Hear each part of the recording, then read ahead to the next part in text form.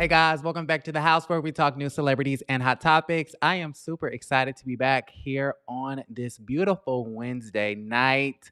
Shout out to 601 Diva in the chat. Okay, we got Jensen Davenport talking about Todrick was just on Facebook. Facebook doing what? What was he on Facebook doing? Give me the tea. Hey Malaysia. Malasha. Hey girl, how was you doing? So I'm gonna try to give y'all some lives this month, child. I'm gonna try to give y'all some lives. Hey Cleopatra Dawn, what's going on, sweetie? Because I know y'all love the lives, okay? And they take out all of my energy because y'all be having me come on, here and y'all be wanting me to talk and stuff. So you know what? We gonna do it. We gonna do it. C and Trucker D is in the building. Nina Gordon, did you eat that food from OLG? Listen, and I still got my red hot right. Oh, my red, it's gone, y'all. The red hot is gone. Y'all, I may have slightly lied. I said I was gonna clean the plate. I ain't clean that plate. I think a part of it, actually, speaking of the mukbang, I did want to very quickly read some of y'all's comments because y'all went the hell in. Like, as soon as I posted that video, y'all was going in, and I was like, what did I do to y'all? Like, hunty, I was confused. So if you don't know already, us over here at the House of Aaron, we did a Old Lady Gang review, right? Of the OLG chicken. I tried the chicken. Well, I've already had OLG before, but this was my first time having it in a little second. I had Aunt Bertha's fried chicken with the legs, and I don't know what the other piece of chicken was. It was like a big old crispy chicken nugget. But I had the chicken, I had the mac and cheese, I had the greens, just the regular basic Southern food meal, right? With the cornbread and whatnot.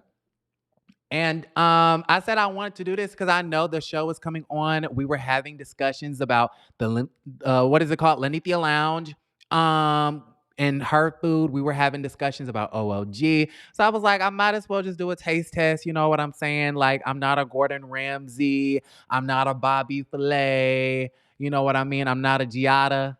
What's that girl name? Giada. What's the racist woman name? Paula Dean. I'm not a connoisseur. I'm not an expert, but I'll just taste the food and give y'all my opinion. And a lot of y'all didn't like that. Let's see if I can read some of these comments. Let's see if I can get a good one. A good, because I responded to a couple of them, child. And I was like, what the hell is going on? Let's see. These are the good ones. These are the positive ones. I'll read the positive ones too. Let's see. Bites cornbread, Aaron. Y'all,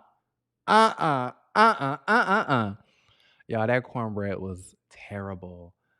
Okay, let's see. Sort by top comments. I don't want to see the top comments or the newest comments. I want to see the oldest comments. Let's see if I can go all the way down. Okay. Now, somebody said, maybe you warmed it in the microwave too long, talking about the cornbread, because we all know that when you put or reheat food, certain foods, it changes the texture, right? And this is evident with bread and fried foods and breaded foods and things like that. And I know that, which is why I put out a disclaimer at the beginning of the video. And I said I did reheat the food now. So if it's a little nasty, then we know why. Trying to give Kandi the benefit of the doubt. It may not be the food. It may be the microwave. I said that. But then people were steady in the comments talking about maybe it was the microwave. Maybe you put it in too long. And y'all, I know how to microwave bread. I put that bitch in for 10 seconds. It was not in there for no 5 minutes. Okay? It was not my microwave that made that bread taste like a damn hockey pucket. A hockey pucket? Yeah, I think that's how you say it. It wasn't my damn microwave to make that cornbread feel like a damn rock. Like, that wasn't the microwave. The cornbread just wasn't good. Dot Samuel said, that's not how you taste test food. As Love said, I'm trying to take your word for it, but you giving mixed signals. First, you said the greens were a 10 out of 10. Now they're a 7 out of 10. I gotta try this food because you're saying it's not the best, but you still eating. Okay, so for those of us who stay on social media and for those of us who are on TikTok, the saying 10 out of 10 must recommend is literally just a saying. It's not the literal rating. When someone says 10 out of 10 must recommend, it means it's good. Like we can go for it. Okay, it's decent. That's what that means. Then I did go back and say it was a 7 out of 10. Nothing on that plate is a 10 out of 10. If it's a 10 out of 10, that means it's perfect, right? That means it's perfect. Nothing on that plate was perfect, but nothing on that plate was absolutely disgusting either, except for the cornbread. And that's what I was trying to convey. Because you're saying it's not the best, but you're still eating. And I thought that that was a really interesting comment. I think I responded with, because y'all know I get a little sassy. I've been getting so much better with the comments. If I don't like it, I remove it. And yes, I am one of those YouTubers. I remove and delete comments. I don't know what to tell you if you don't like that. I mean, I don't know where y'all are from, but where I'm from, if somebody comes to your platform saying something that you don't like, you have every right to delete it. But I've been actually getting really good at ignoring stuff and just removing stuff. But I thought that this was funny, which is the reason why I'm talking about it. But they said, you're saying it's not the best, but you still eating it. And then I said, I need to stop eating because it's not the best. That makes a lot of sense. Because I'm the type of when I eat my food and when I go to different restaurants and stuff like that, I can still eat. Let me be on camera for this so y'all can understand what the hell I'm talking about. I can still eat my food even when it's not the best and I can still enjoy it. Am I the only one that eats like that or that thinks that way? Like for me, like the chicken for instance. The chicken wasn't the best chicken. Like I could have went to Popeyes for that. For $23, I could have went to Popeyes, but I'm not going to throw it out and be like, "Oh my god, this is so dry and this is so disgusting." And I'm not gonna be like, this is the worst thing ever just because the chicken is a little dry. Like, no, like it's a little dry. It's not the best. You know what I'm saying? It could be juicier, right? Um, but that doesn't mean that it's completely trash and that it's not edible and I can't enjoy it. Like y'all ain't never been to the restaurant where the food wasn't a 10 out of 10, but you still ate it and still enjoyed it because it's fucking food and you're hungry. Like I thought that that was really interesting. And then a lot of y'all said, you should not be taste testing, putting all that hot sauce on the food. That's not how you taste test food. And one thing, well, how the saying go? One thing for sure. How it go? Two things for certain and one thing for sure. Aaron will never put a piece of chicken in his mouth without no type of sauce or condiment ever. Okay, so if you want a real taste test from a chef who has a trained palate and know what the hell they talking about, go right ahead. They have plenty of reviews on all types of fried chicken on YouTube that y'all can look up. But for me and this one, ain't no piece of chicken going in my mouth just completely dry with no type of sauce, no type of glaze, no type, I need the red hot, the Texas Pete, ranch, goddamn, what's the other stuff? Polynesian sauce, Chick-fil-A sauce. I mean, do you go to Chick-fil-A and eat their chicken without putting sauce on it? Do y'all eat Chick-fil-A sandwiches with no sauce on it? Do y'all eat chicken with nothing on it at all? Do y'all go to Wendy's and get y'all 4 for $4 and eat and don't dip the chicken nuggets in anything? Like, no, bitch. I'm eating it the way I would normally eat it. And that's how I would normally. I can taste the chicken through the hot sauce, but what you're not gonna have me do is taste testing chicken on the interwebs with no sauce. That's stupid. Because who eats chicken with nothing on it? I was like, what? Now I understand the concept of okay, you want to taste the chicken like as it is. I totally get that. But no, not this one. Not this mouth. Not my taste buds. All right. So I thought that was interesting. Let's see. What else did y'all say? Let's see. Yeah, y'all was eating me up. I just went to OLG in January. This was my second time. The food is just okay. The drinks were better. The best part was that Aunt Nora sat at our table and chatted for like 5 minutes and took a picture with me. I don't need a third visit. I'm good. Sandy XOXO said I ate there twice while I was working in Atlanta and had this both times. The first time it was so good. The second time the chicken was still raw near the bone. So now I'm done. Yikes. Yikes, yikes, yikes. And that's the other thing. Like, I was not trying to tear the lady restaurant all the way down to the ground on this little TV show. That's not what I'm about. I come on my platform every day and promote Black businesses. Okay, the links are down below. Celeste'sNest.net. Shout out to our sponsor. I come on here and promote Black businesses all the time. So I'm going to give Black businesses the benefit of the doubt. I'm not going to throw that woman food up on camera. Like, no, I'm not doing that. And then most people, when they taste food, food to me is not great. Or like when I taste most dishes, I don't think to myself, oh, this is either great or it's trash. It's either a 1 or a 10. Like most food is somewhere in the middle. And that's what I was trying to convey. So yeah. Jay Bryan said that's not how you taste test food. You don't put hot sauce on the food because you changing the taste there. Just saying. Viviette said if you warmed it in the microwave too long, it will change the texture of the food. Like, I don't know how microwaves work, y'all. Come on.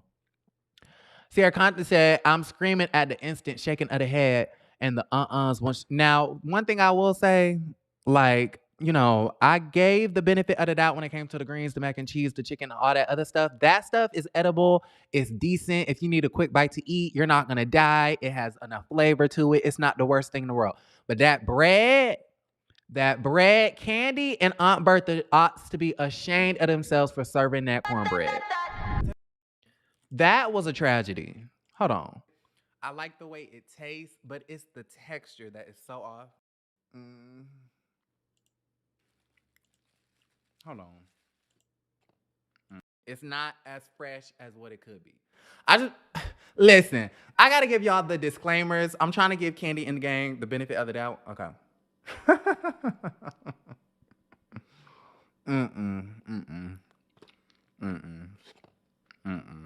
Yeah, that was like an instant no.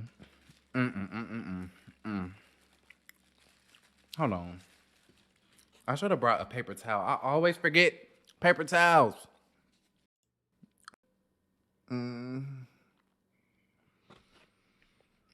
bread was disgusting.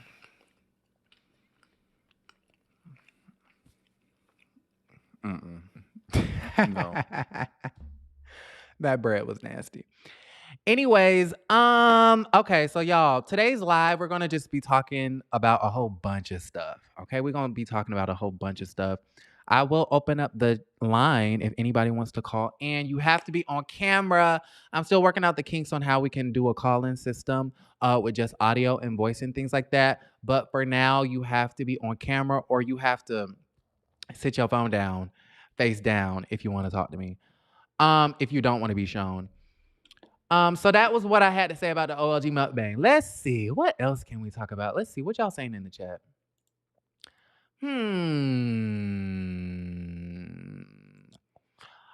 Malaysia said, I wouldn't expect it to be that great since you are paying for the name and the experience. Exactly. They should have at least used Jiffy Mix for the cornbread. They used Hush Puppy Mix for that cornbread. Faith Diva said, did you get more information on Philip bio yesterday? I haven't thought about Philip since yesterday, so no. I need to DM him because I'm trying to do an interview. But I know that I'm going to have to go through NBC Universal and their PR team. And let me give y'all a quick little story time on NBC Universal. When I did that interview with Dom from Portia's Family Matters, one of those PR ladies gave me the hardest time ever. And I was like, is this how the PR team at NBC Universal be acting? Like, y'all are not paying me to do this interview, and yet I don't know. It was a lot, y'all. It was a lot. So do I want to deal with that? I don't know. I don't know. I don't know if I want to deal with the PR team over there at NBC and all of Andy Cohen's producers. So maybe, maybe not. We don't know yet, but I have not even thought about it since last night. Nina Gordon said, "You're not supposed to put hot sauce on the food before you taste." Why not? Cornbread is nasty, anyways. Yes, I am supposed to put hot sauce. Why? Who is eating chicken with no sauce? I'm really confused at that. Now, for the taste test, I guess if you want the raw taste, like I said, I get that. But everyday people, if we just eating food, we is not eating no chicken with nothing on it. Who does that? Who raised y'all? Who raised y'all? Anyways, okay, speaking of who raised y'all, can we talk about these crack pipes? Can we talk about these crack pipes? We can talk about you too. Because remember there was a story about a couple of weeks ago and everybody was out here saying that Joe Biden was funding these organizations who are giving away free crack pipes to crackheads. Right? Let me look it up. Let me see if I can get an article. Because we need to talk about some news. We need to talk about some real shit. Okay, we need to talk about Ukraine and Russia. We got to talk about what's going on in Washington, D.C. We need to be talking about the state of the economy. We need to be talking about how the gas prices are $5, which is the reason why you're not going to catch me going anywhere. Okay, y'all want to talk about some real shit tonight? New York Times, there was an uproar over crack pipes puts Biden's drug strategy at risk. President Biden has made harm reduction a central pillar of his plan to fight a record number of drug-related deaths. But a conservative backlash is threatening the effort. Oh my God. Biden is giving away crack pipes to the crackheads. Which is what the people were saying on social media, not my words, y'all's. Y'all's words. President Biden came into office vowing to make harm reduction a public health approach geared toward helping drug users stay safe rather than abstain. A central pillar of this drug policy agenda at a time when illicit fentanyl has driven a surge in overdose deaths. Meaning people are not abstaining from drugs. They're doing them and they're going to do them no matter what. You make the drug illegal, they're going to do it. You make the drugger harder to assess, they're going to do it. You crack down on the borders, they're going to do it. And they're dying and they're overdosing. It's a problem and we need to do something about it, no? Oh, okay. Instead, his strategy is in danger of being derailed by a Washington drama over crack pipes. That is more about political gamesmanship than public health. The clash is a revival of decades-old fights over clean needle exchange programs that addiction experts hope had finally been laid to rest. Lawmakers of both parties introduced legislation last week to bar federal funding for drug paraphernalia in response to a story in the Washington Free Beacon, a conservative website, asserting that federally funded addiction treatment programs would distribute pipes for smoking crack cocaine as part of safe smoking kits. In response, the White House official said tax dollars would not be spent on pipes. Did y'all hear that? Y'all heard that part? This is coming from the New York Times. The New York Times is saying that the White House said that tax dollars would not be spent on crack pipes. But with the Beacon story ricocheting around the conservative ecosystem, amplified by Republican, including Senators Tom Cotton of Arkansas and Ted Cruz of Texas, Congress is pursuing plans not only to bar federal funding for crack pipes, but to impose restrictions on a new program that would have, for the first time, allowed federal funds to be spent on sterile needles for syringe service programs. Blah, blah, blah, blah, blah, whatever, whatever, whatever. And this had made the rounds all over social media, and I just thought the whole thing was dumb. I thought the whole thing was stupid. I mean, you let these conservative websites infiltrate the black media, the urban media, the blogs. You let the propaganda circulate through the black media. Everybody eats it up, and then all of a sudden, Biden is giving away crack pipes to the crack community. Let's see what the White House had to say about this. And this has a point. I have a point to this. There's a method to my madness. Be patient with me. Let's see. What did the White House have to say about this? White House crack pipe. Did they ever? Oh, here's a video. New update from White House clarifies free smoking kit. Let's watch this. HHS just put out a statement clarifying around some reports that crack pipes are not going to be part of the safe smoking kits that are funded by the administration. But can you clarify for us, were they never a part of the kit, or were they removed in response to this reporting and this pushback?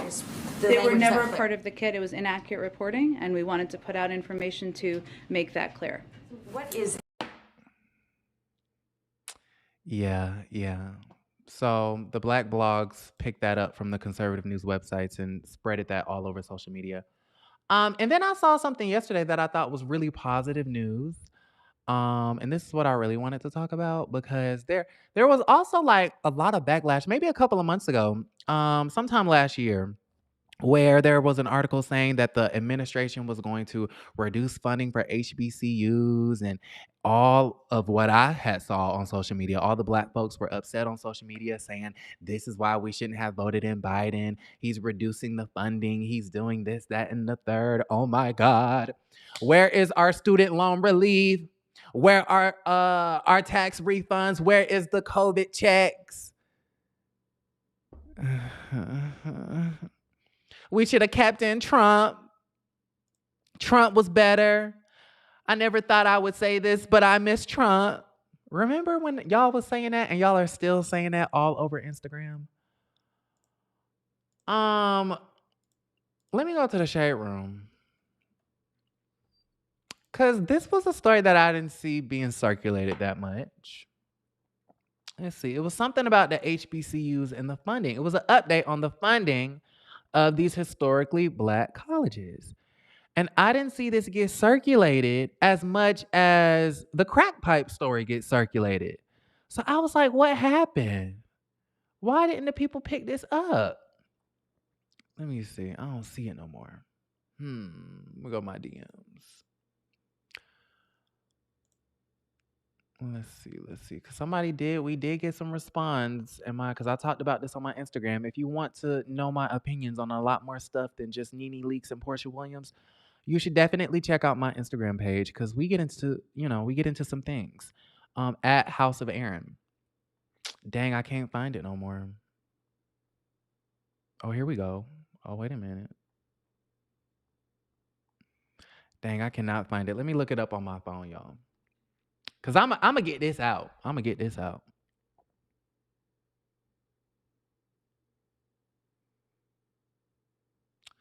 I was thinking to myself, why did the media not talk about this? Oh, here it is. The education system. This is coming from the Shade Room. This was a headline from them. HBCUs across the country receive more than $2.7 billion in funding. And I only saw one blog talk about this. One measly blog. No shade to the Shade Room, but I only saw one blog talk about this. And I'm thinking to myself, why didn't the other blogs pick this up? Why did everybody circulate the fake news of the crack pipes, trying to make it seem like Joe Biden was trying to get us all high and whatnot? Which, to me, I kind of feel like making the drugs illegal hasn't made the overdose rates go down. So, hell, listen, I have an unpopular opinion. But the point to this is, why didn't this get circulated as much as the fake crack pipe story? When it comes to HBCUs, according to the Shade Room, More money is definitely a conversation that's taken place for decades. With the breakdown of President Biden's hashtag American Rescue Plan, it appears that that's exactly what HBCUs received. On Tuesday, the White House provided a breakdown of the billion-dollar contribution given to about 100 HBCUs within the last year, totaling over $2.7 billion.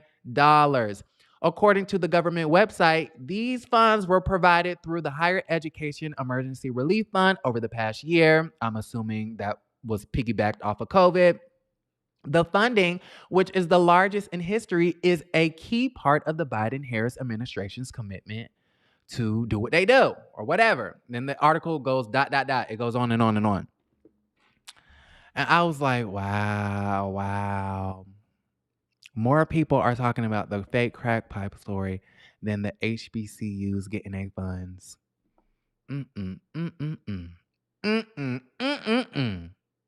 And they're still on Instagram saying, I want my President Trump back. I want Mr. MAGA back. And I'm like, I really hope every time I see that, and maybe people are just joking because the internet is not real life. And I think sometimes we have to remember that. What seems popular or what seems to be thrown at us on the internet doesn't always reflect real life and reality. But at the same time, if y'all truly do want whatchamacallit back, Mr. Cheeto, then I hope y'all get him back. I really, really hope y'all get him back.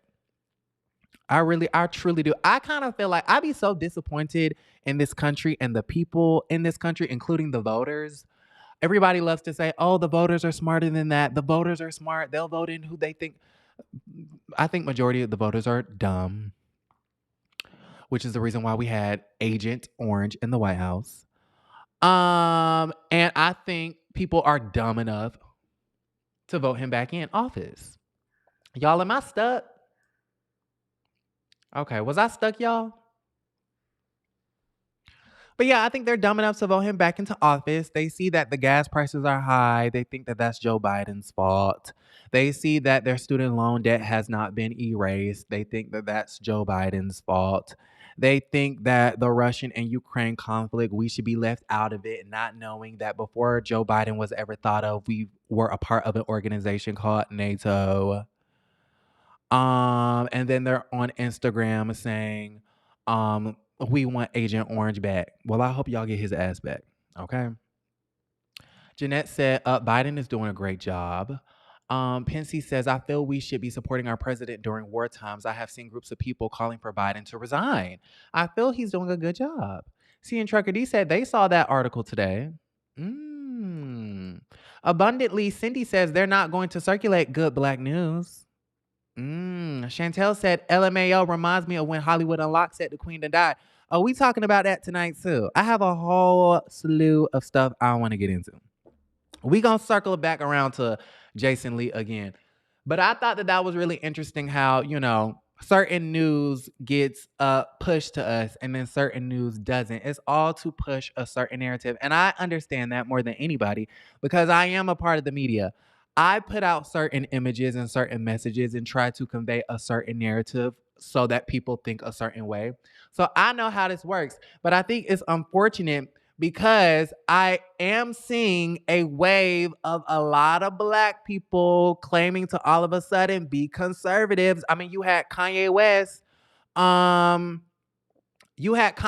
Doing an interview, speaking of Jason Lee, with Jason Lee. And they were talking about, all black people don't need to think the same. And that's the reason why I was wearing the red hat. And that's the reason why I was on social media talking about some hashtag MAGA, Make America Great Again, and all of that stuff. And while Kanye West was saying that, Jason Lee took that opportunity to, I guess, slam Joe Biden, which I thought was really interesting. When I personally felt like he should have used that opportunity to slam the racist chief in charge, Mr. Donald Trump. It was really interesting how they did that. But whatever, that's neither here nor there. I do see like this wave of black conservatism, this wave of black people saying, we're not going to vote Democrat. We're not going to... Listen, most of y'all not gonna even vote at all. So just miss me with that. Miss me with that. I get tired of seeing that dumbass shit on my timeline. Scott Burke said, at 49, I have to say, watching you gives me hope for my black men and women. You have a great viewpoint on everything. Thank you, Scott. I appreciate Scott. I need to follow you on social media. Give me your Instagram. Nina says Roland Martin is about the only good black news media, and then he's suspect. Huh? What you mean he's suspect? Jason Lee must have been smoking to publish that. I mean, I just kind of felt like, and Jason Lee, like I've said this so many times, I actually really like Jason Lee. I admire him. I aspire to be like him in some ways. But to me, Jason Lee is always screaming to the top of his lungs that he's pro-black and everything he does is for the black community. And he wants to do black this and black that, and he wants to speak on black issues and be an advocate for the black community and all of that stuff. Meanwhile, this man is on your platform talking about how he was walking around talking about some MAGA, wearing a red hat. He entered into a race to split the vote, which I thought was super ignorant and irresponsible. And Jason Lee took that opportunity to attack Joe Biden and Kamala Harris.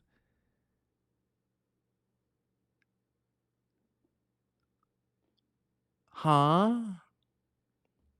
Like, first off, we not even talking about Joe Biden. We talking about why this fool is cooning out for Agent Orange. That's what we talking about. So I'll be questioning Jason Lee sometimes, like, what is your agenda? What you got going on? There's nothing wrong with being a black Republican. There's nothing wrong with being a black conservative, but there is definitely something wrong with voting for Donald Trump, supporting Donald Trump, and being a fan of Donald Trump. There is something wrong. And the state of the Republican Party right now is still controlled culturally by Donald Trump. So that says a lot about you as a black person walking around with that damn hat on. I don't care. And nobody can make me feel any different about that situation. And people be asking me, can you be friends with a Trump supporter? Can you be no, no, no, no, no. I cannot be friends with a Trump supporter, and I cannot be friends with a Trump apologist. And I'm starting to think that Jason Lee is a Trump apologist because we're talking about Donald Trump in the red hat, and you took that opportunity, like I said, to attack Democrats. Like, I thought that shit was a little weird. I thought that was weird. Anyways, I could talk about that for forever. But yeah, that's going on with the state of politics. Yeah. Moving on. Let's talk Housewives. Actually, no. Before we talk Housewives, speaking of politics and stuff like that, let's talk about Queen Elizabeth very quickly. I hate that I don't have pictures on here. I should have pictures, but I don't have no pictures. I apologize.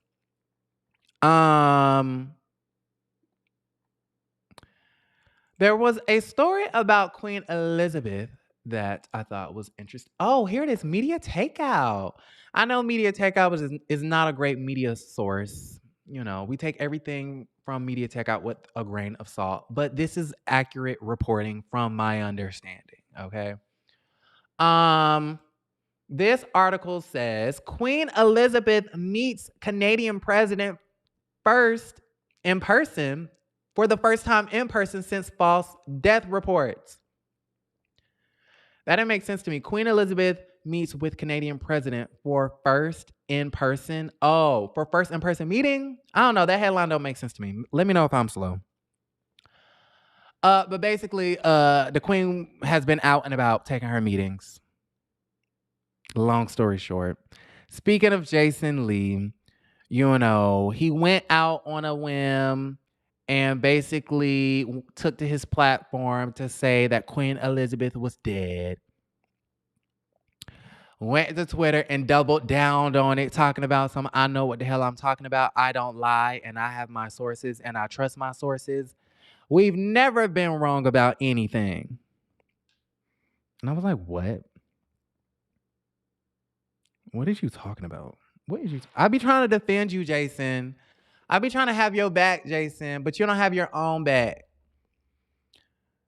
All to turn to find out the queen is literally chilling in bed, sipping her warm, hot green tea, watching the news and reading the newspapers. She's on her Zoom meeting. She's chilling. She never had no plans to go to no damn wedding anyways. So what are you talking about, Jason? So he was proven wrong. But this says Queen Elizabeth met with Canadian President Justin Trudeau for the first in-person meeting. I think that's what they meant to say. They're missing the word meeting in their headline. Media takeout.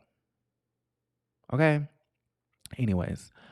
First in-person meeting since false reports of her death circulated online.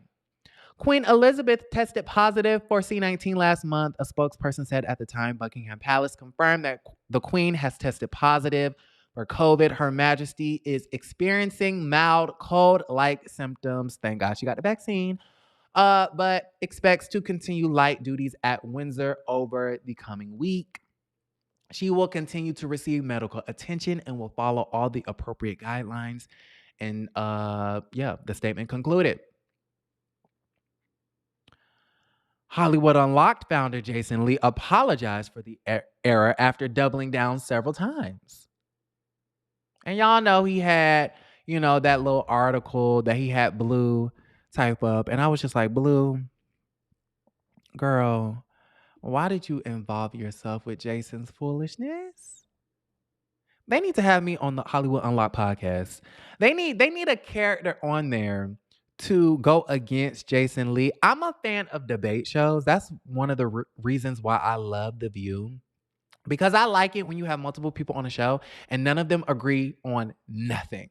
I hate shows that everybody agrees on everything. For a long time, I was really getting sick of the real because I'm like, okay, why am I tuning in to a talk show, a panel talk show where everybody is just going to echo the same point of view? I'm sick of that. So anyways, I feel like on the Hollywood Unlocked podcast, they need a dissenting voice that's really going to go against Jason Lee, because whatever Jason Lee says, they pretty much be like, okay, whatever. Okay, the queen is dead. Jason Lee said the queen is dead. The queen is dead.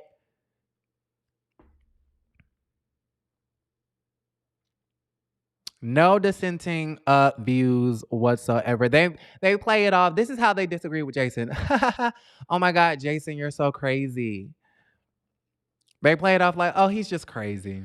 But they don't really combat his perspectives because he be saying a lot of wild shit. But anyways, so yeah, I thought that was really interesting. Y'all know I was kind of obsessed with this Queen Elizabeth story ever since Jason Lee came out with it. So every little report, I've been coming back to y'all and I've been talking about it. So let me know how y'all feel about that. Shout out to all of you guys in the comments. Like the video, subscribe to the YouTube channel, and click that bell button so y'all can be notified when we go live and or post a video.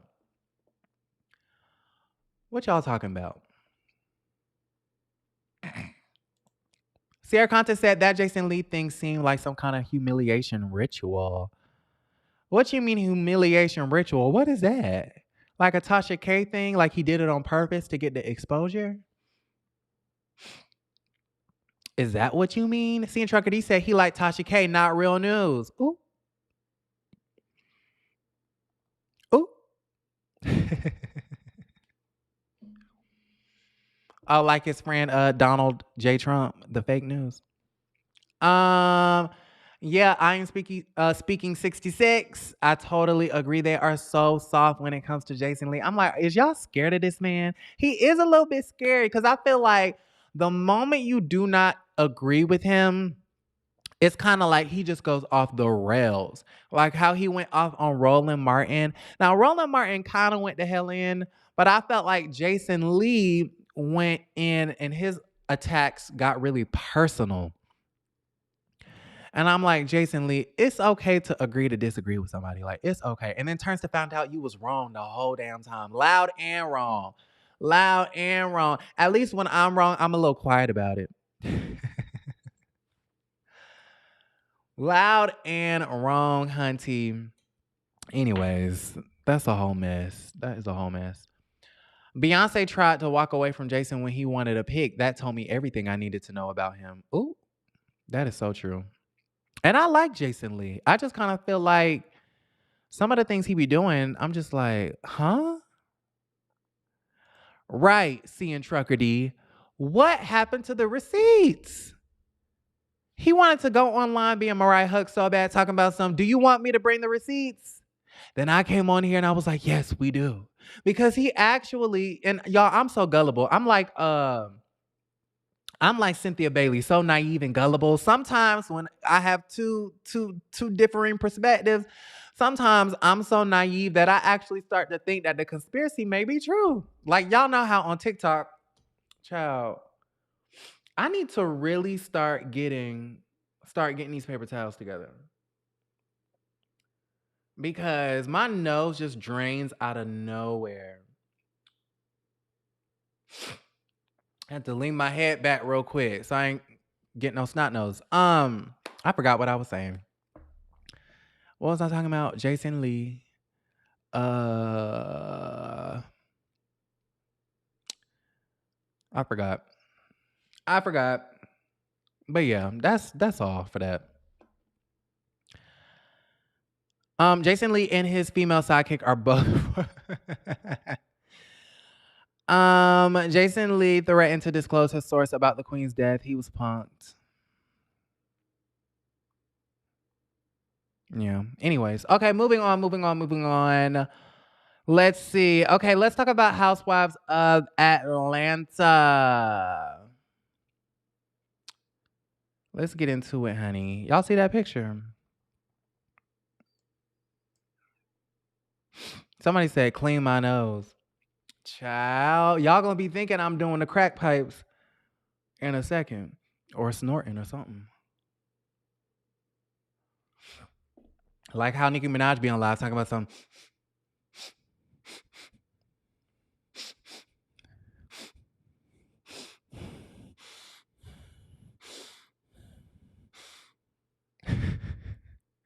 Somebody said I'm too young to be so forgetful. I forget. I don't know. I know what I was talking about, but I don't remember the exact point I was trying to land.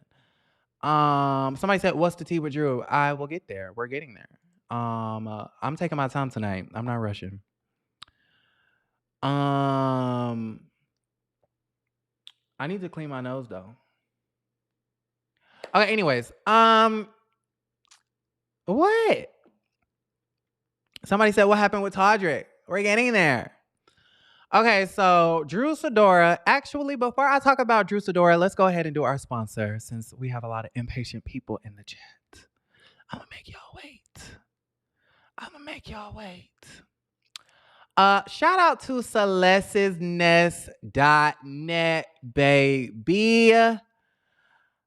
Child, y'all know that this is my favorite Black business. I will never stop loving this company because y'all, they be getting my body together. They be getting my skin together. I mean, I've never really been into gourmet organic soap before until celestesnest.net. And y'all, once I found out about them, I had to share it with y'all. They have a whole brand new product. This right here is the lemongrass lavender scented body wash. This stuff smells amazing.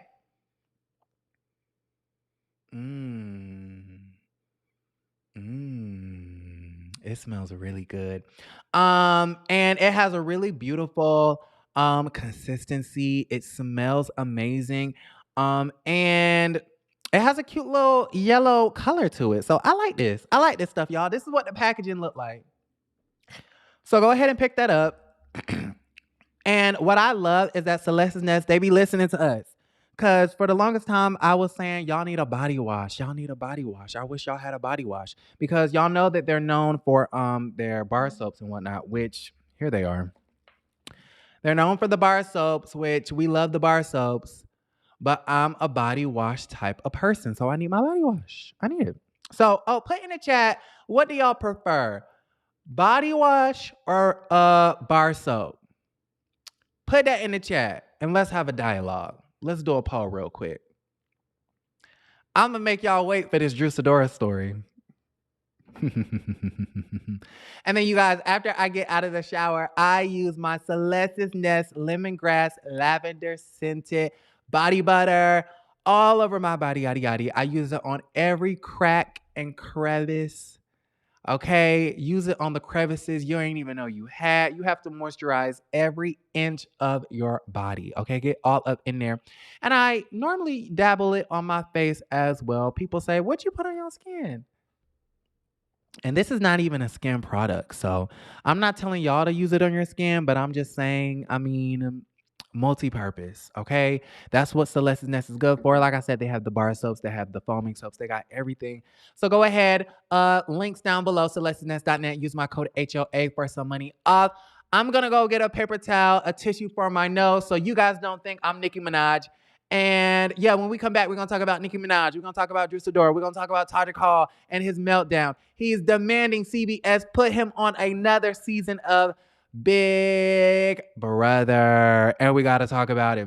Give me 5 seconds, y'all. Oh, and get the likes up. It's way too many of y'all in the chat for the likes to be so low. I'm sick of that, and I'm not going for it anymore. I'm going to make y'all wait until we get to 100 likes, all right?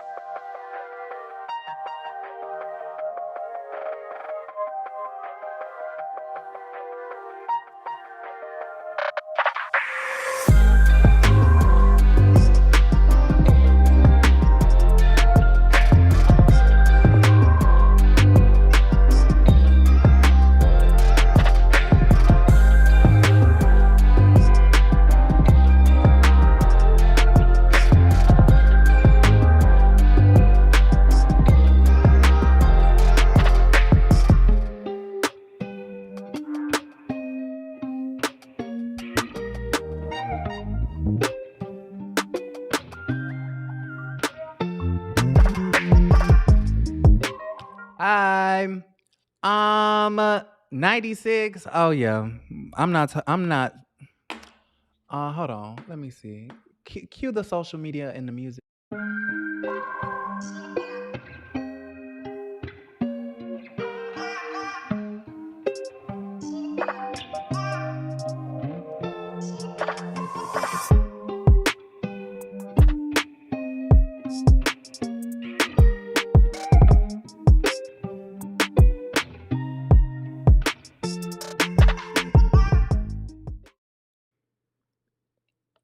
'98. Are y'all playing me for Boo Boo and his fools?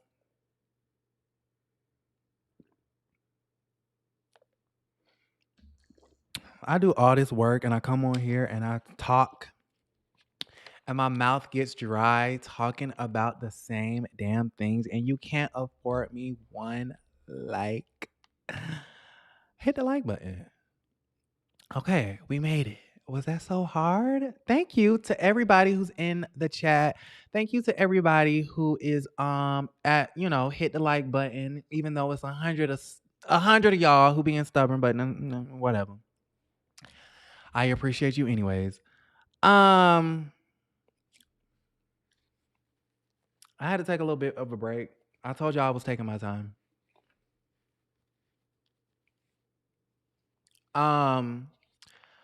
Cause when I start to get talking in my mouth, my nose, everything just starts draining. No, I'm not on drugs. I really shouldn't even talk until we get to 200 viewers, but okay, no, let me stop playing. Okay, Drew, Sidora, and Latoya. It's really not that interesting. I'm glad you guys are interested, but it's really not that deep, to be honest. I noticed yesterday. I knew that Latoya was at the I knew Latoya was at the candy coated thing, the Kandi and the Gang premiere. I knew Drew Sidora was at the candy coated thing, the Kandi and the Gang premiere. But I had no clue that Latoya and Drew Sidora were kind of like there together and hanging out and doing videos and taking selfies and being besties. I was very perturbed at that situation. I was like, what is going on? What is going on? Somebody said I need some elderberry tea. I have some elderberry gummies that I have been taking. Um but I'm like, oh wow, Drew Sidora and Latoya Ali are getting along and they've always kind of slick had that weird relationship where they would just like go the fuck in on each other and then the next episode they would be like totally cool and then the next episode it's you're a Delilah spirit and then the next episode they're driving each other home because they're both drunks. So, but I do know, shout out to all 200 of you guys. If you're in the chat, please make sure you are liking the video. We are trying to get to 50,000 subscribers before the 6-month mark of this year. I'm not playing around this year. Last time we saw these two fools. I shouldn't say that. Last time we saw them, because we will begin our Drew Sidora interview this year. But last time we saw these two ladies, and maybe we'll get to the Latoya one too, if she want to come on and really give us the real tea on why she left. Like Latoya, that would really be a moment. If you came on here and you really gave us the tea on why you are no longer a part of the Real Housewives of Atlanta, that would be a key. Maybe we could do some work, some PR work, some marketing, something, change your image, because there's a lot of people that don't like you. You know what I mean? I want you to spill the tea on Vaughn and why you broke up with him. Like, come on, girl. Come on to the house. But anyways, last time we saw these two women, they were at the reunion. And I think Latoya called Drew Sidora a Teletubby. A Teletubby or SpongeBob. Something very harsh and mean. And I was like, ooh, burn.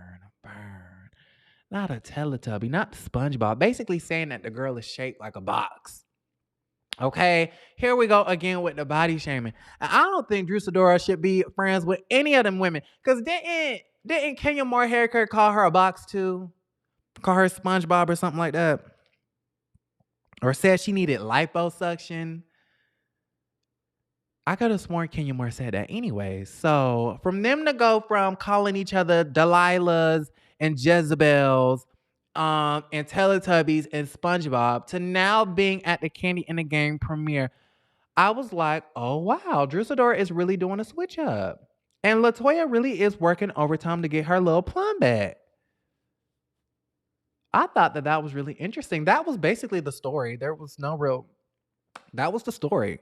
I'm sorry I had to keep y'all waiting. I hope that wasn't a disappointment. I hope it was worth the likes and sitting through the sponsor and sitting through the break so I could wipe my nose. But you know, Drew Sidora, the thing about her is you can call her SpongeBob, you can call her a Teletubby, you know what I'm saying? You can call her the Delilah spirit. The girl is gonna be cool with you the next day and start taking selfies. Why she be forgiving that girl like that, I don't know why, because Latoya would not be my friend. The same thing with Kandi. Why Kandi would be keeping her around, I don't really know. She wouldn't be my friend because what you not going to do is for me to have 3 Grammys in my little trophy case next to the china in my dining room. For me to be on whole ass, what is it, Showtime, FX, whatever the show comes on. I think it's Showtime, okay? I'm not going to be a whole leading lady on Showtime. I'm not going to be doing a whole world tour with Escape. I'm not going to be selling out tickets with the Dungeon Tour and be the longest running veteran in Housewives of Atlanta history. And yo ass from YouTube stand me up 3 times for my speak on the show. You got me all the way fucked up. So why they continue to have Latoya around, I don't know. I don't know. It is weird. It is strange. But those are just my thoughts. What y'all think? And I like Latoya to an extent. I think she's interesting. You know, I'm not trying to run the girl all the way down to the ground on this little TV show, but I mean, I'm just saying, like, I wouldn't be her friend.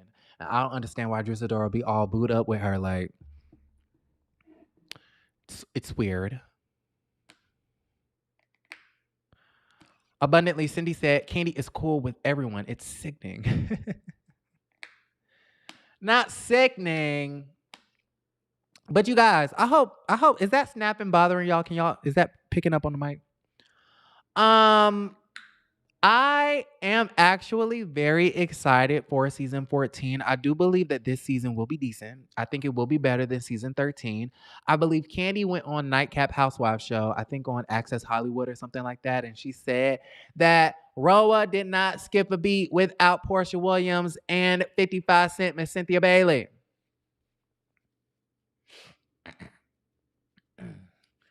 We done heard that Marlo is working overtime for her peach. Kandi done said that she's doing the most. She turned that plum into a peach. Now she's doing the most. We do know, I read from an article that Drew Sidora is the star. Not maybe the star, but a lot of the storylines revolve around her. I believe she has a beef with Sheree. I believe she has a beef with Sheree's friend who she threw a doggy treat at allegedly. I do believe she gets to make up with Kenya, and now they're best friends. I do believe we're going to see some drama within her household. I do think that Drew Sidora is going to be off the rails, batshit crazy. I think we're going to get more of that. Drew Sidora, who brought that stereo at the damn Christmas party and the wig.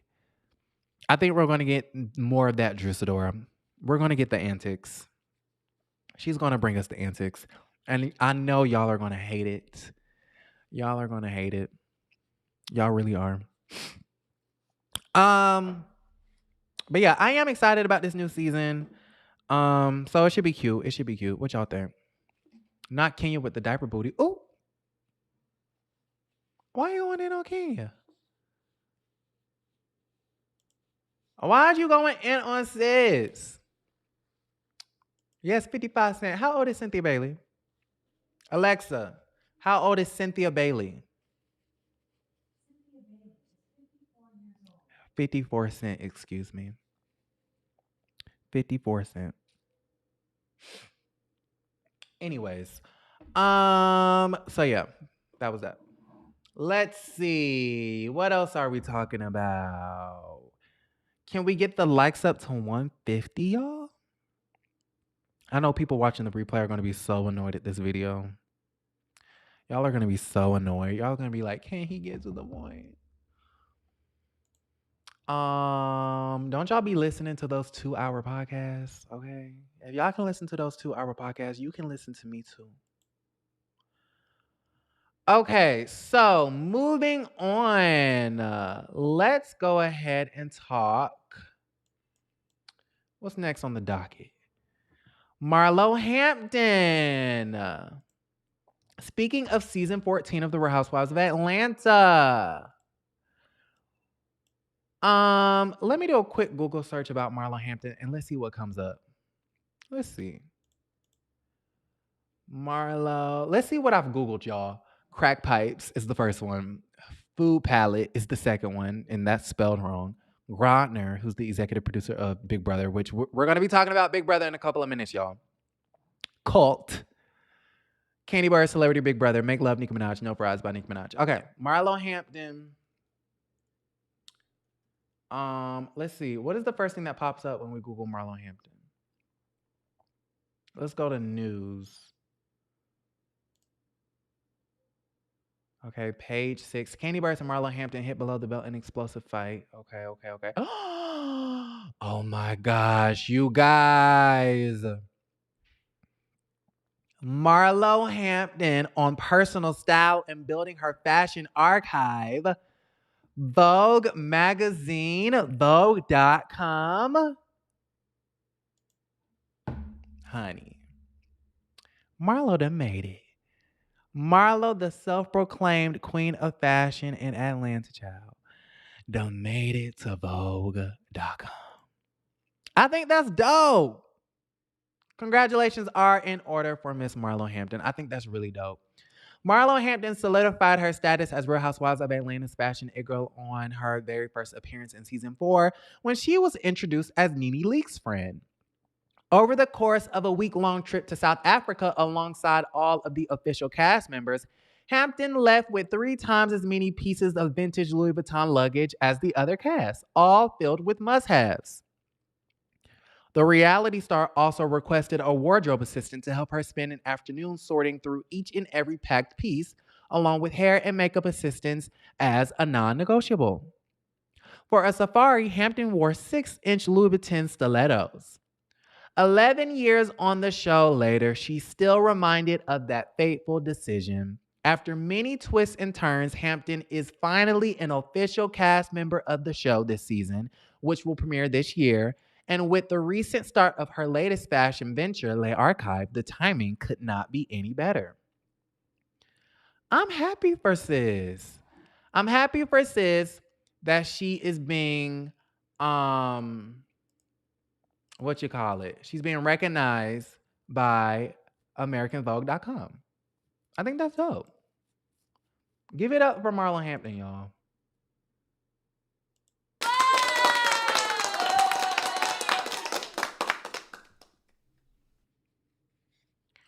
It is International Women's Day was yesterday. Damn. The executive producer kept hitting me up talking about why is you dragging these women on International Women's Day?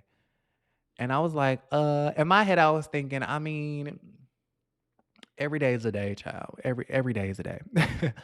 But yeah, in honor of International Women's Day, we are honoring fashion icon Miss Marlo D. Hampton. I'm happy that Marlo is doing her thing. Jafai said, oops, Cynthia turned 55 less than a month ago on February 16th. Oh. Angelia says, I'm all for Black women getting the bag, but Marlo is just team too much. I could have continued to watch her part-time just fine. I want to see Marlo full-time. Candy's boring. When did we mention Kandi? Tony said Kandi is an opportunist. She will keep you around until. Oh, y'all talking about when it comes to Latoya. Ciao.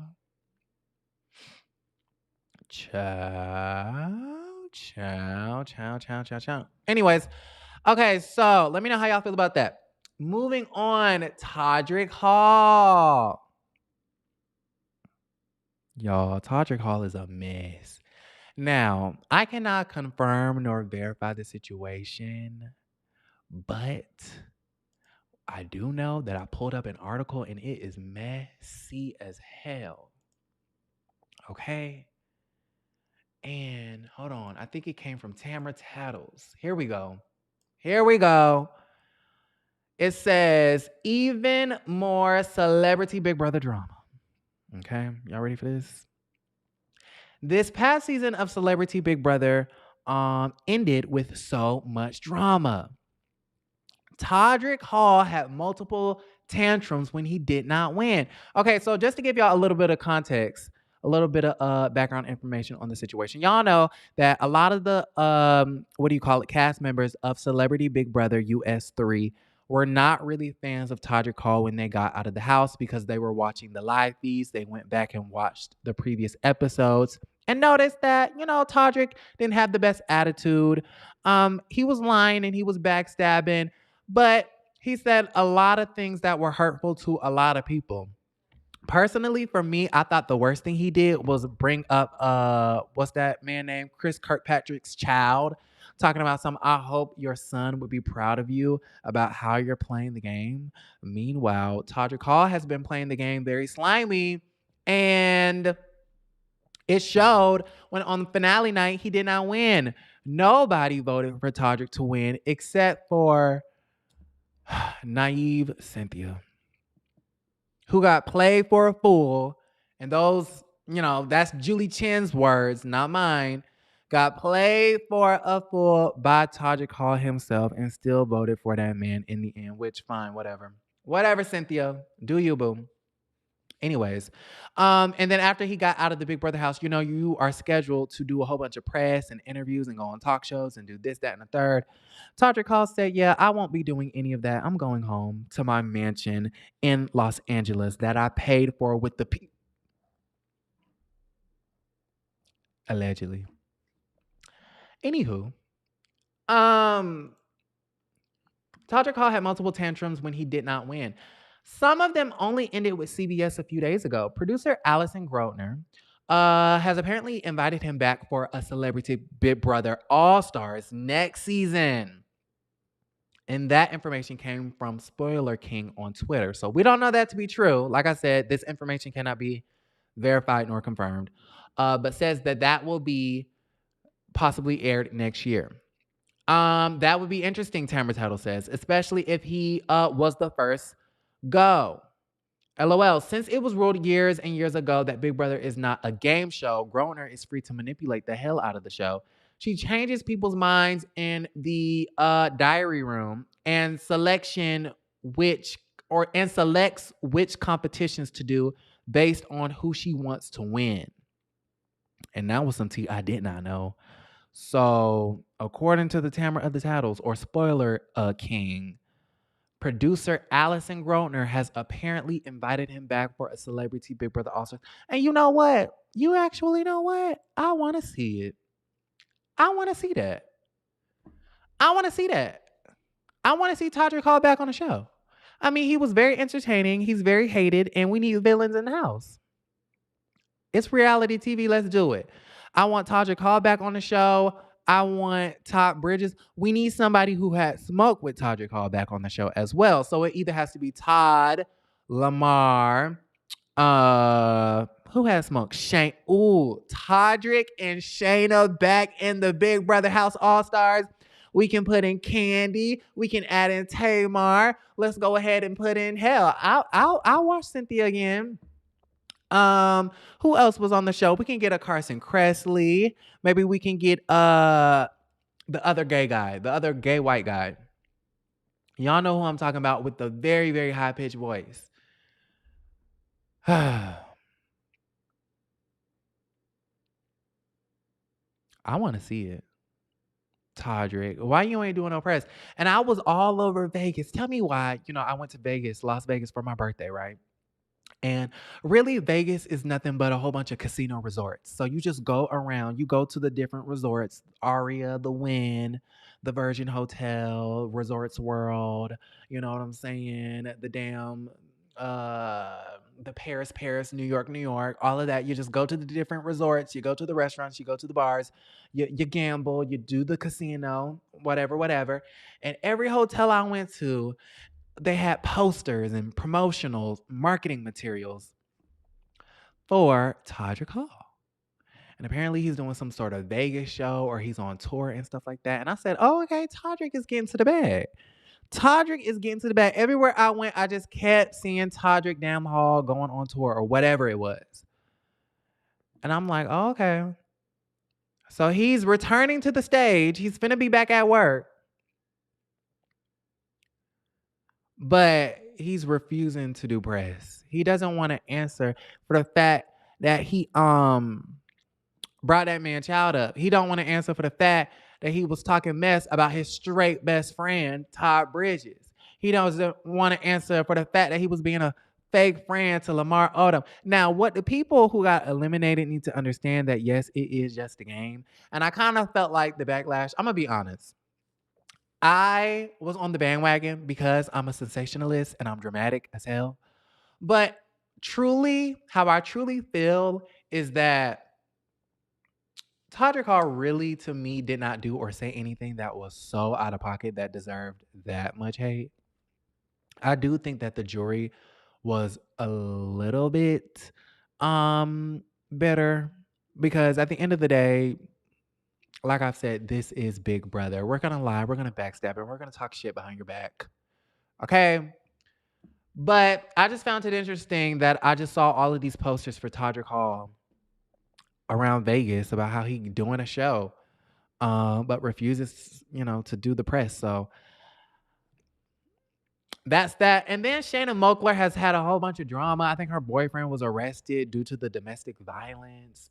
Let's see what TMZ had to say about that. She talked about it. The y'all, is it Tamara or is it Tamara? I've always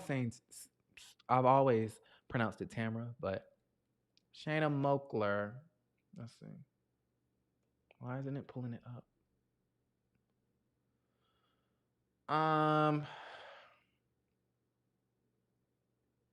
What is going on with Shanna Moakler? This was 2 weeks ago when Big Brother ended. Shanna Moakler, a boyfriend arrested for domestic violence, says they're done. What? Shanna Moakler's boyfriend, Matthew Rondo, has been arrested for felony domestic violence on the heels of a disturbing video in which he accused her of cheating and said their relationship was over. He's kind of cute. But yeah, might be a little insane. He looked a little too small for her, but okay. And then this one says, Radar Online says Matthew Rondo allegedly harassed and attacked trans woman while Shanna Moakler was filming Celebrity Big Brother. He is off his damn rocker, but he is fine as.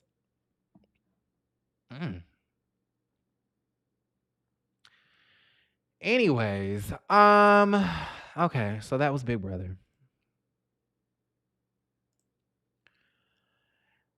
Y'all, I'm tired. I don't even know if I'm gonna get to Nicki Minaj. Okay, so Nicki Minaj. I was gonna talk about Kim Kardashian. Basically, Kim Kardashian told y'all lazy assholes to get your ass up and work. The black people on the internet, they mad because Kim Kardashian started off her career with a launching pad of privilege. So who are you to be telling regular ass folk to be getting their lazy asses up and working? When you had a millionaire daddy, a millionaire mama, a whole bunch of privilege, and you lived in Beverly Hills, and you were best friends with Paris Hilton, and you hung out with Lindsay Lohan, and you were buddy with Nicole Richie.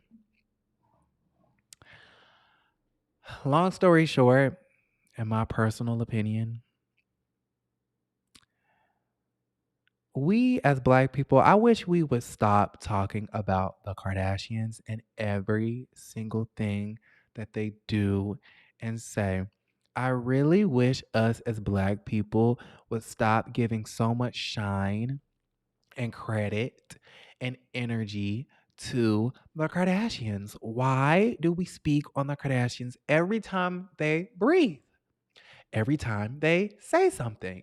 Every time they wear something? Every time they cultural appropriate? Do y'all not get tired of talking about the same damn things? Is your mouth not dry and chapped talking about the same things? I just be like, y'all don't get tired of writing think pieces about Kim Kardashian all day?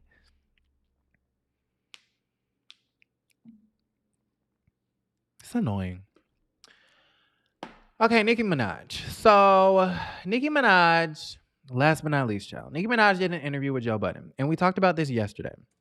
And I kind of went the hell in on Nicki Minaj because she had made a statement that I thought was dumb as hell, where she said, if anybody has anything negative to say or if they have anything to critique based, on this interview with Joe Budden that we'll be releasing tomorrow because this was yesterday, then they are not intelligent. And I just thought that really did not make any sense. If I don't agree with what you say, or if I have something quote unquote negative to say, that does not make me or anybody else not intelligent, because you have a lot of negative things to say about what other people got going on. And we're not sitting up here calling you dumb. Well, maybe I did, but I don't know. But I was just kind of like, Nicki Minaj, you're already clicking. You're already down to the ground on this little TV show. So every little thing you say, I'm honestly annoyed at. Did y'all watch the Joe Budden interview?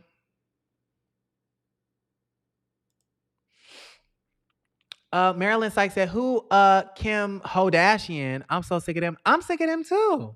And I'm not piggybacking off of you calling them a hoe. But I am sick of them too. And I'm not sick of them. I'm really sick of people talking about them. I'm sick of people having a problem. It's like, for instance, the whole Khloe Kardashian thing. I kind of feel like every time Khloe gets cheated on by Tristan, Khloe can never express how hurt she is. To me, I don't care if I stole a man. Everybody always says the same thing about what comes around goes around. You stole this man from French Montana, or you stole French Montana from Trina, which is the reason why, this is happening to you. And you stole this man. They always love to bring that up. They love to bring up Jordan Woods. They love to bring up. And my whole thing is, this woman can't even say that she's hurt or feels ways about being cheated on for the millionth time without the whole world crashing down and being up in arms like, oh my God, Khloe Kardashian said this. How many times has Kim Kardashian culturally appropriated and stole some shit and put it on a magazine cover? I almost said something bad. Them women been famous for 15 years at this point, and they've been cultural appropriating and been saying all types of stuff, and they've been the same way for 15 years. The Kardashians, to me, have never really switched up, ever. They've been the same exact way for 15 years, and yet we are always so shocked and so bothered and so surprised when they do yet something else. And I'm like, why? Why? Does it shock me that Kim Kardashian is on the cover of Vogue during Black History Month? No. It doesn't surprise me. And I'm not looking for American Vogue to put a black woman on the cover, which is, we're going to talk about that with the Nicki Minaj interview. But I'm not expecting Vogue to do nothing for black women, black men, black nobody. Why does that surprise you that Vogue ain't doing just to the black folk? We are in America, are we not? Like, why do we get so up in arms? Why do we get so up in arms that she's on a cover looking like Naomi Campbell, as if this woman hasn't stole everything about her image before? Like, acting like this is something new. The woman wears her braid to the grocery store. Cultural appropriation. The woman gets a tan. She's blackfishing. Like, the woman ain't been blackfishing since 2007. I don't know. For me, I'm not trying to give a pass to the Kardashians, but what I'm saying is it shocks me that people are still in shock by them. Am I the only one who feels that way? Anyways, okay, Nicki Minaj. Chantel said, say it, them bitches. No, I'm not finna say that. Okay. So, Nicki Minaj. She did that interview with Joe Budden, right? And she was saying a whole bunch of stuff, and I wrote down a whole bunch of notes because I already knew that I wanted to talk about it. I already knew, that I was going to have some opinions about it. And honestly, thank you. The interview was boring. Okay? The way Nicki Minaj she kind of fooled me in a way, because the way she was hyping it up, she was saying, oh, I predict that I'm going to get a lot of backlash, and I predict that people are going to have so much to say about this, and I predict, this, that, and the third. So I'm thinking, oh, she really going to come on here and pop her shit and say some real shit. And she ain't say shit. Let me stop cursing. Let me check my monetization, because I got to get paid this month, okay? Hold on, y'all. Let me get back on camera. Because YouTube is not going to play me. Let me stop cursing, though, first and foremost, because that's not cute. I was bored. I'm going to be honest. I was bored. I was like, oh, she hyped this thing up like she was really going to be on here, like popping her ish. And she wasn't popping on nothing, just regurgitating the same old complaints. That she's been complaining about since forever ago. Literally, it was an hour and 45 minutes of her complaining about how she don't get credit for starting trends. Literally. Okay? Now, when you critique, what I was taught is you're supposed to start with the good things and then you go into the bad things. Okay? So I must try to start with the good things. Overall, I kind of felt like Nicki Minaj did make a lot of valid points, okay? I'm going to give her props. I'm going to give her credit. Excuse me. She didn't sound as crazy as I thought she was gonna sound. Because she did make a lot of valid points, and a lot of it was very truthful. Okay. But on the flip side of that, I kind of felt like a lot of her good and valid points were very hypocritical. Because to me, Nicki Minaj was critiquing the industry and critiquing the different tactics that rappers have in the industry.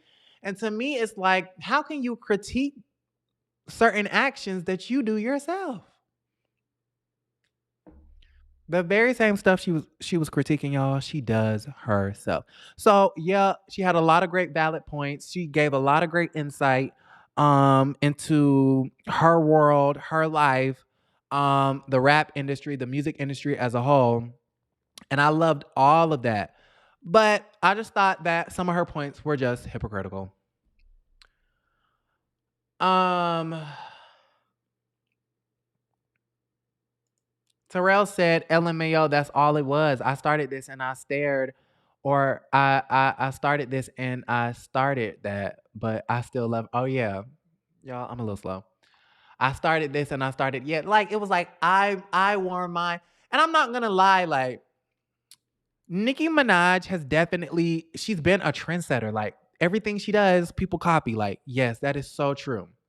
That is so true. That is so accurate. Nicki Minaj is not a liar. But literally, for a whole hour and a half, I wore my hair to my toes first. And yeah, Donna Summers did it. And yeah, Cher did it back in the day. But you know why you're wearing your hair like that right now in this moment.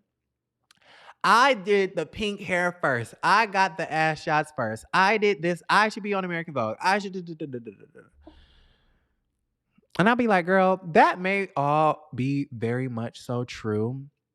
And I do agree that we should shout out our black women and our black men when they set trends and when they do things, and we should give them recognition. And I agree with all of that. And a lot of a good piece of that interview was basically about giving black people recognition when they do things, when they accomplish things, praising our black brothers and sisters when they make accomplishments. That's a nice way of putting what she was talking about. But for me, and maybe it's because I already have a negative view of Nicki Minaj anyways, sometimes it comes across as I started this and I don't get my credit, and I started that and I don't get my credit. And it's just be like, girl, do you ever not complain? Like, here's the ironic thing about the situation that I just don't be understanding. And maybe y'all can help me out in the chat. Because y'all say I'm a Nicki Minaj hater when I've literally been a fan of this girl since I've known of her. She says that this era is about her having fun. She says that this era is like, she's just doing her and she's putting out the music that she wants to put out and she's having fun and she's enjoying her career and she's doing this, that, and the third, and she has nothing to prove to anyone anymore. You say that, but your actions, and that's great. If you're in this happy place that you claim to be in, I love that for you, Nicki, but your actions do not reflect that you are happy. I was watching this whole 2-hour interview and I kept thinking to myself, she just seems unhappy. She seems like she has a chip on her shoulder. It just seems like she has a gripe with the industry. You don't seem like you're just happy and having fun. Because if you're just happy and if you're just making music that you just want to make, you would not be on the internet talking about some, yeah, I know the song didn't go number one, but I don't need a number one.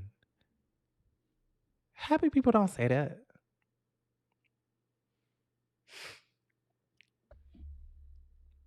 Like it didn't give me happy vibes. Like I'm in the best, space mentally that I've been in my life.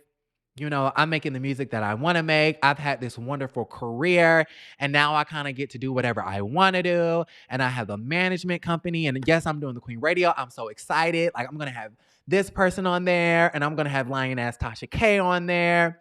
Like it didn't give me excited. It didn't give me happy. Like I'm just reading her aura and her energy and her spirit. It was very black. The spirit was very black. And what I truly get from Nicki Minaj is that she really and truly and honestly, and this is just my opinion, What I get from Nicki Minaj is that she puts up this facade. She's really not transparent with her true internal feelings. And I really do think that she feels extremely slighted by the entire music industry. And she's really pissed and mad about it. That's the vibe I get.